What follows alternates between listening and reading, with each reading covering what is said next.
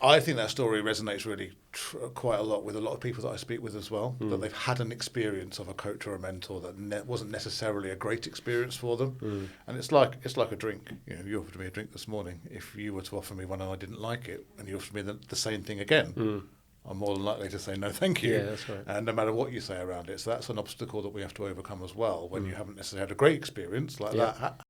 What do you understand as the difference? What's the difference between a coach and a mentor, or is it the same thing? Are they just two different words? Well, I'm going to throw that back to you because I have a really good understanding, I'd hope. But I'm always interested to think what other people think coaching and mentoring is and the difference of, because everyone's got a different interpretation. So I love it. He's being a coach. You see that? See what he did there?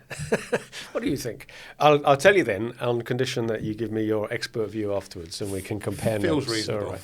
So my understanding is that a coach is something you certainly have to be qualified to do if you're going to do it well, whereas a mentor is perhaps someone who doesn't need a mentoring qualification, even if such a thing exists. It's more just born about through their experience.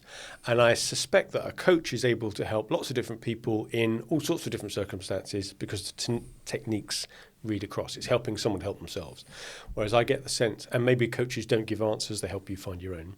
Whereas I sense that mentors use a lot more of their own personal experience and their own journey to pass on some tips, and therefore do sometimes come up with some of the answers, or at least how they would have found them, rather than just getting the coachee to come up with their own. How wide of the mark is that? I think that you're in the right ballpark, absolutely, but I do think it differences from different people.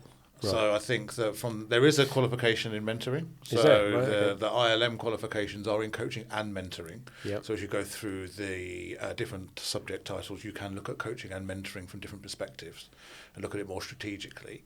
Yeah, I think you're right, though. Coaching is around coaching a scenario, coaching a skill, coaching the person, not the problem. Yeah. Mentoring is more of that role model type scenario that we all think. I think actually when you look back, you've probably had a lot of mentors, even if you didn't realise you did. Call them out at the time, they just happened to mentor you in their natural conversations. Absolutely. I had a mentor when I worked at a pharmaceutical company. I didn't know it at the time, but actually it wasn't until I went on my first training course on that road to becoming a qualified coach that when I looked back, I thought, actually, they were mentoring me at the time. Right, yeah. And sometimes I don't even realise it. It's just you're learning from them. Is it a bit like taking someone under your wing? Is that the sort of... Yeah, I guess that's the same kind of terminology around it. It's actually normally somebody that you look up to and think, that's maybe someone I aspire to be like, or is somebody that's really accredited in their field, or something that you might just look at and want to understand a little bit more about how and why they do what they do, the way they do it.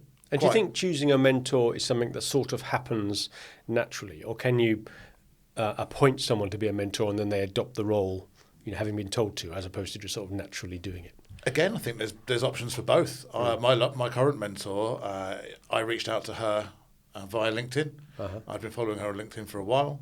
She was quite inspiring as what she had done and the path that she had chosen, and it mirrored somewhere that I was looking to try and get towards. Yeah. So I reached out, and she'd not been a mentor before. Was quite taken aback by it. And Must be quite flattered to be asked.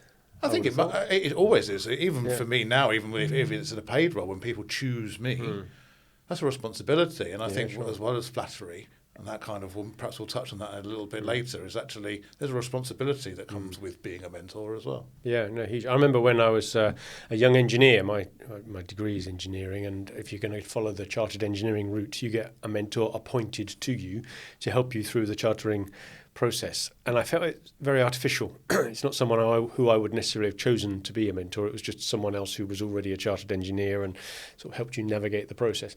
And it kind of put me off the idea of mentoring for a while. It was only later in life that I realised there were lots of other people that, like you were saying, I was being mentored by without really realising it. They weren't calling it that. We weren't having structured sessions around it, but they'd be helping me out, keeping me like the bumper guards on the bowling alley, nudging me back into the right line and helping like that. I think that story resonates really quite a lot with a lot of people that I speak with as well, that they've had an experience of a coach or a mentor that wasn't necessarily a great experience for them. And it's like a drink. You offered me a drink this morning. If you were to offer me one and I didn't like it, and you offered me the same thing again, I'm more than likely to say no thank you. Yeah, that's right. And no matter what you say around it. So that's an obstacle that we have to overcome as well when you haven't necessarily had a great experience like that.